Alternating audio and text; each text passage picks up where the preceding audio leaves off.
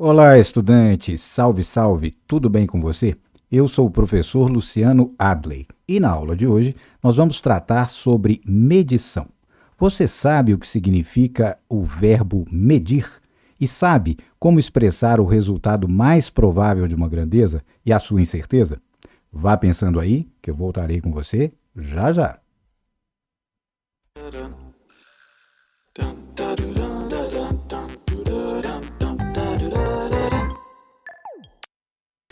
De volta com você, estudante, e para começar a construir as nossas respostas para as perguntas que fizemos na introdução, observe com muita atenção as imagens seguintes. Veja aí, 5 imagens. Nessas imagens, o que temos? Certamente você reconhece alguns desses instrumentos de medição. O primeiro deles é o paquímetro, que aqui está sendo empregado para se medir o comprimento desse objeto, uma cápsula de um projétil. O segundo, um cronômetro, que, evidentemente, nos permite fazer medidas de intervalo de tempo. O terceiro, a rigor, é um dinamômetro, aqui convertido numa balança, que nos permite determinar a massa de um corpo colocado sobre ela. O quarto instrumento de medição é um velocímetro e o quinto é um termômetro digital. Ou seja, todos esses 5 instrumentos nos permitem atribuir a uma grandeza específica um valor numérico. Nesse caso, o valor numérico da grandeza comprimento, de um intervalo de tempo, de uma massa, de uma velocidade e, claro, de uma temperatura. Portanto, aí reside a ideia central sobre o que é medir. Vejamos, acompanhe. Medir, a rigor, conforme os metrologistas, é o procedimento experimental através do qual o valor momentâneo de uma grandeza física, que é chamada tecnicamente de mensurando ou mensuranda, é determinado como um múltiplo e ou uma fração de uma unidade estabelecida por um padrão e reconhecida internacionalmente. Veja aí, existem alguns detalhes por trás dessa definição. Vamos começar do último, reconhecimento internacional. Isso se fez em 1960, quando foi criado o chamado Sistema Internacional de Unidades. Ele se baseia em 7 grandezas de base, aqui indicadas nesse diagrama, nas suas unidades e também nas constantes definidoras de cada uma delas. Vejamos em detalhe. A primeira que aparece no diagrama é a grandeza massa, cuja unidade do sistema internacional é o quilograma, símbolo kg. A segunda é a unidade para medida de comprimento, unidade do sistema internacional, o metro, símbolo M. A terceira, medida de tempo, a unidade SI é o segundo, símbolo S. A quarta, que aqui aparece mais abaixo, é a intensidade de corrente elétrica, que é dada no sistema internacional pela unidade ampere, símbolo A maiúsculo. Na sequência, intensidade luminosa, que é medida na unidade candela, símbolo CD. Na sequência, quantidade de matéria, que é medida na unidade mol. E a última é a temperatura termodinâmica, que é medida no sistema internacional na unidade Kelvin, símbolo K maiúsculo. Além dessas 7 grandezas de base, como tecnicamente são chamadas, existem aqui na parte interna do nosso diagrama as constantes definidoras de cada uma delas. Observe lá. A constante definidora da unidade de massa, o quilograma, representada pelo símbolo H, é a constante de Planck. A constante definidora da unidade de comprimento, o metro, representada por C minúsculo, é a velocidade da luz no vácuo. A constante definidora da unidade segundo, aqui representada por ΔΝ, é a frequência de transição hiperfina do estado fundamental do átomo de Césio, Césio 133. A constante definidora do ampere é a carga elétrica elementar, representada por E minúsculo. A definidora da unidade candela é a eficácia luminosa de uma radiação de frequência 540 terahertz, aqui representada por esse símbolo, KCD. A constante definidora da unidade mol é o número de Avogadro, e a constante definidora da unidade de temperatura termodinâmica Kelvin é a constante de Boltzmann. Esse é um assunto bastante técnico. Caso você queira ver todos os detalhes, as relações entre as constantes definidoras e as respectivas unidades, veja no link que deixamos na descrição desse vídeo. Além de conhecermos as unidades do Sistema Internacional, é preciso ficar atentos à maneira de como usamos os algarismos para a representação do resultado de uma medição. Vejamos um primeiro exemplo. Esses algarismos são os chamados algarismos significativos. Para que você se familiarize com eles, vamos considerar um problema prático. Imagine que queiramos saber qual é o comprimento dessa peça metálica, uma pequena peça metálica retangular. Vamos denominar esse comprimento de L maiúsculo. E para obtê-lo, podemos utilizar uma régua milimetrada, como aqui aparece na nossa animação. Nesse caso, então, como exprimir o comprimento L a partir da comparação da escala que nós dispomos? Veja aí. Qual seria, então, o valor de L? Note com atenção.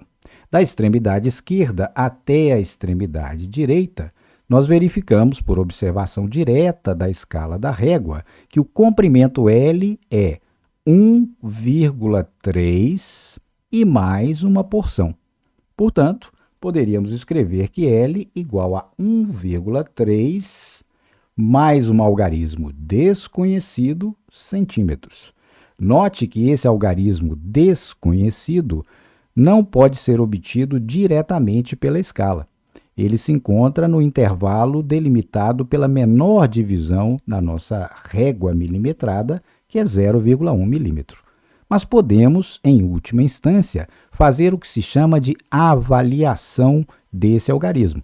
Para tanto, vamos ampliar o nosso poder de observação. Veja aí. Nesse caso, então, olhe lá. Qual seria a avaliação que pode ser feita para a extremidade direita, posição dela relativa à escala da régua? Você atribuiria qual o valor numérico para essa posição? Bem, uma avaliação razoável seria considerarmos 7. Bem, alguém poderia considerar 8, mas outro medidor, 6. Nenhum deles teria convicção absoluta com base na escala utilizada de qual é o valor do terceiro algarismo. Isso ocorre com todas as medições, com o resultado de todas as medidas. O valor final verdadeiro de uma grandeza não podemos conhecer por diversas limitações. Uma delas, evidentemente, é a limitação instrumental, a que nós estamos sempre submetidos. Desse modo, vamos definir, para o caso em que estamos trabalhando, que temos, nesse resultado, 1,37 centímetros, dois algarismos corretos, 1 e 3. O terceiro algarismo, como vimos, é um algarismo resultante de uma avaliação, o nosso algarismo número 7. Ele é, portanto, chamado, muitas vezes, de algarismo duvidoso. Então, primeira conclusão.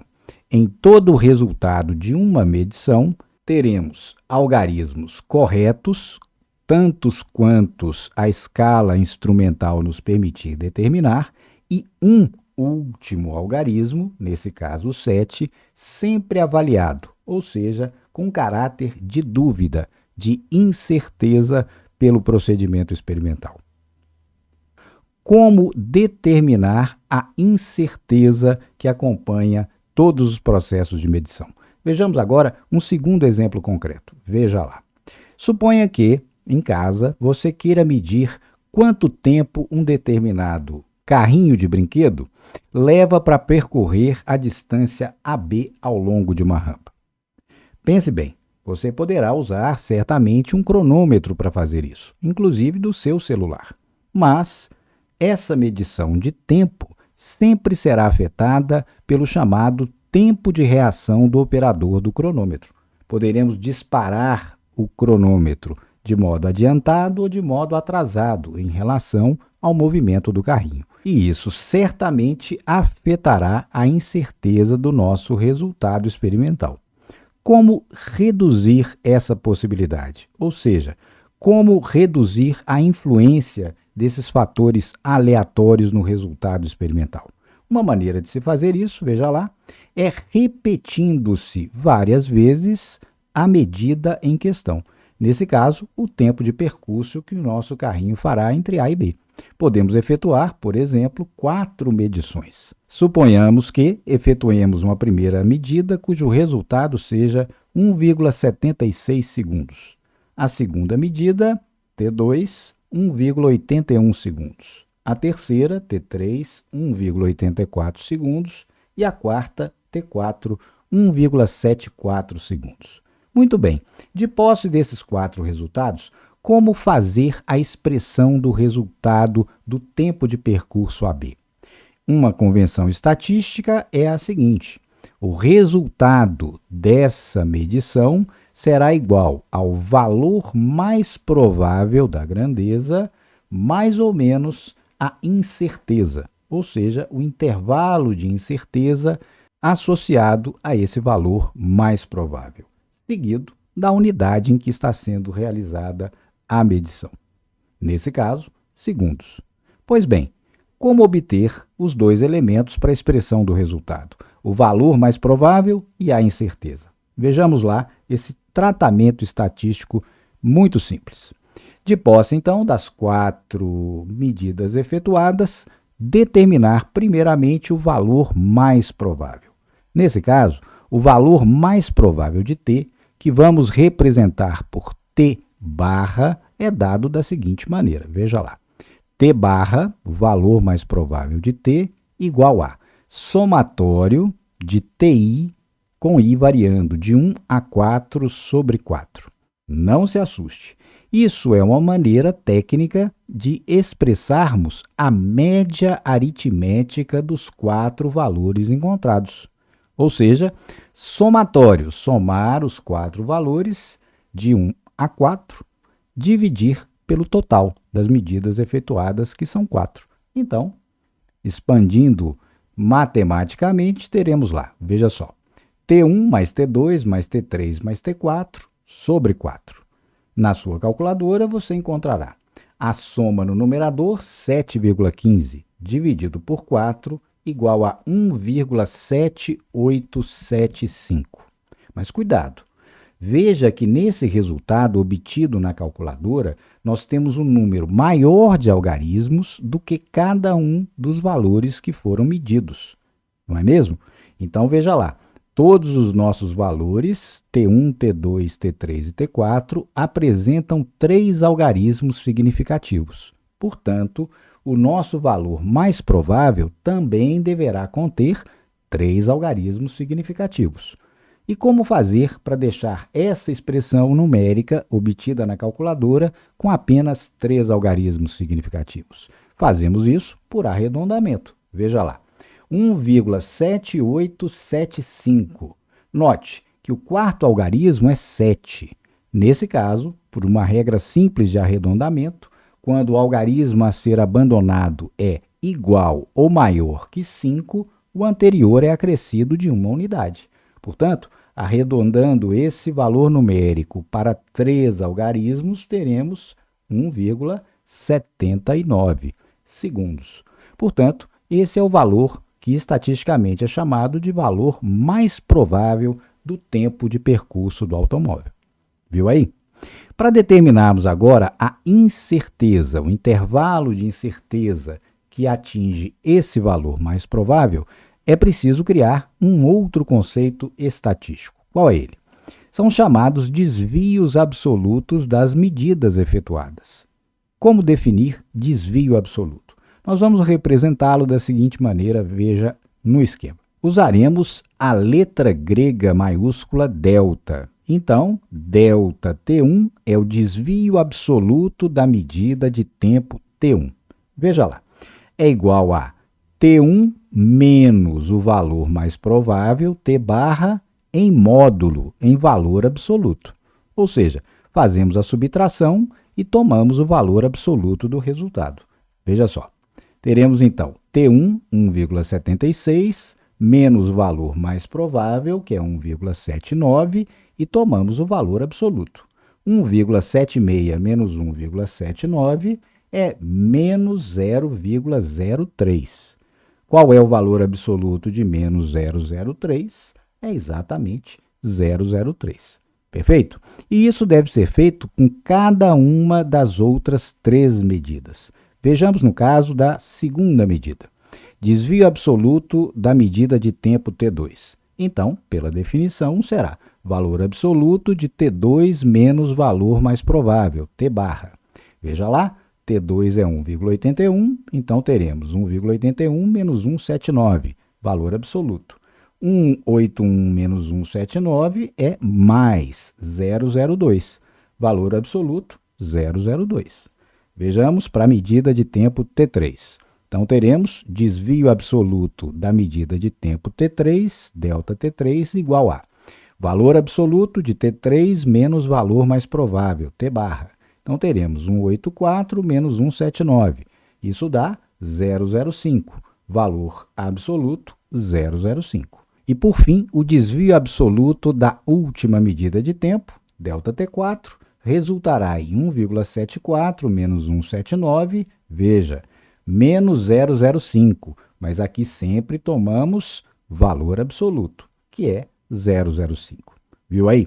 Então, são os desvios absolutos das medidas efetuadas que vão nos permitir atribuir numericamente a incerteza que atinge o valor mais provável. E como fazer isso? Exatamente como antes, tomando a média desses desvios. Então, vamos obter o chamado desvio absoluto médio. Como o desvio absoluto está sendo representado por ΔT e valor médio estamos representando por uma barra horizontal sobre esse símbolo, teremos então valor do desvio absoluto médio será ΔT barra. E como antes, veja lá, expressamos matematicamente a média aritmética dos desvios encontrados. Então, somatório dos 4 desvios dividido por 4. Teremos assim, veja lá, no numerador, o primeiro desvio 003, o segundo 002, o terceiro 005 e o quarto também 005. Então, efetuamos a soma e dividimos por 4. Na sua calculadora, você vai encontrar 0,15 dividido por 4. A calculadora fornecerá, veja lá, 0,0375. Mas, de novo, lembre-se, as medidas devem apresentar resultados que contenham algarismos significativos. Então, veja, todos os nossos desvios absolutos têm apenas um algarismo significativo. Ora, Luciano, não são 3? Não. Lembre-se de uma regrinha elementar. Zeros à esquerda não são contados como algarismos significativos. Portanto, aqui, em cada uma das 4, temos apenas um algarismo significativo. E dessa maneira, o nosso desvio absoluto médio das 4 medidas efetuadas também deve conter apenas um algarismo significativo. Veja lá, 0,0375 é o valor dado pela calculadora. Temos que arredondar esse resultado para que ele contenha apenas um algarismo significativo. Então, veja lá, após o 3 temos 7. Como já vimos, regrinha básica de arredondamento, a mais simples delas. Caso o algarismo a ser abandonado seja 5 ou maior que 5, o algarismo anterior é acrescido de uma unidade. Portanto, 0,0375 será arredondado para 0,04. E esse é o nosso desvio absoluto médio. É ele, de maneira mais simples possível, que nos traduz a informação de incerteza no resultado experimental. Finalmente, poderemos então expressar qual é o resultado para a medida do tempo de percurso do carrinho desde A até B ao longo da rampa. Lembra-se da regrinha que nós estabelecemos? Veja lá. O valor desse resultado sempre será o valor mais provável obtido pela média das medidas efetuadas, mais ou menos o intervalo de incerteza, que nesse caso, dado de modo mais simples possível, é o desvio absoluto médio que nós acabamos de calcular. Portanto, o resultado experimental para o tempo de percurso do carrinho será expresso rigorosamente dessa maneira. Tempo t igual a valor mais provável, 1,79, mais ou menos desvio absoluto médio, 0,04 segundos. Dessa maneira, nós temos as informações fundamentais para a expressão do resultado de uma medida. Uma outra forma de fazer a expressão da incerteza costuma ser informando o chamado desvio relativo percentual. E nós vamos expressá-lo matematicamente da seguinte maneira. Veja lá. Vamos representar o desvio relativo por uma outra letra grega.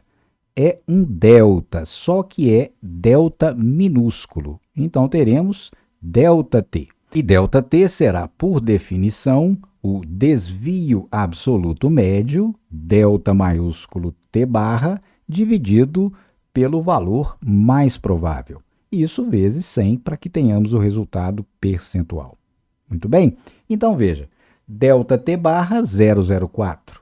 O valor mais provável T barra é 1,79. Substituindo, teremos então, veja lá, 0,04 sobre 1,79 vezes 100%. Usando a calculadora, o que ela nos fornece, veja lá, 2,2346 e mais uma série de dígitos, por cento. Muito cuidado, lembre-se dos algarismos significativos. Note lá, o nosso desvio absoluto médio tem apenas um algarismo significativo, que é 4. Portanto, é conveniente que nós expressemos também o desvio relativo com apenas um algarismo. E nesse caso, teremos que arredondar 2,2346, etc., para um algarismo. Nesse caso, como fazer? Regra de arredondamento, a mais básica delas. Veja lá, o algarismo que estamos abandonando é 2, é menor que 5. Portanto, o anterior não se altera. Dessa maneira, teremos um desvio relativo percentual de 2%. O que isso significa na prática? Que o tempo de descida do carrinho ao longo da rampa é 1,79 segundos, mais ou menos 2%. Portanto, temos aí a ideia de incerteza, um intervalo de 2% para mais ou para menos em relação a 1,79 segundos. Detalhes para finalizarmos a aula de hoje.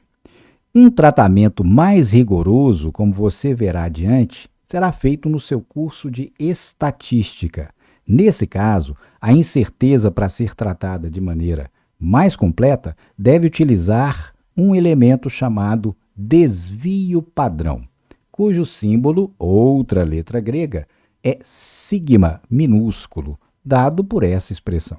A partir do desvio padrão, é possível caracterizar estatisticamente, de maneira bastante rigorosa, a incerteza num processo de medição experimental.